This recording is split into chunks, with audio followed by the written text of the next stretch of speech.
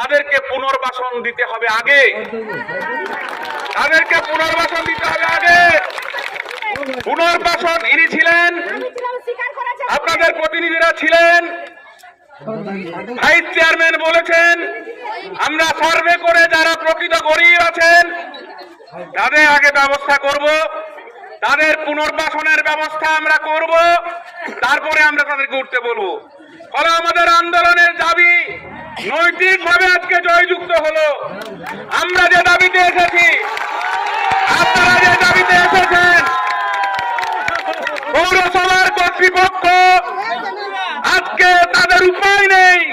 আমাদের দাবি যে ন্যায্য দাবি, আপনারা যারা গরিব মানুষ, ভারতবর্ষের নাগরিক, পশ্চিমবাংলার নাগরিক, এদেশের মাটিতে, রাজ্যের মাটিতে পা রাখার অধিকার আপনার আছে।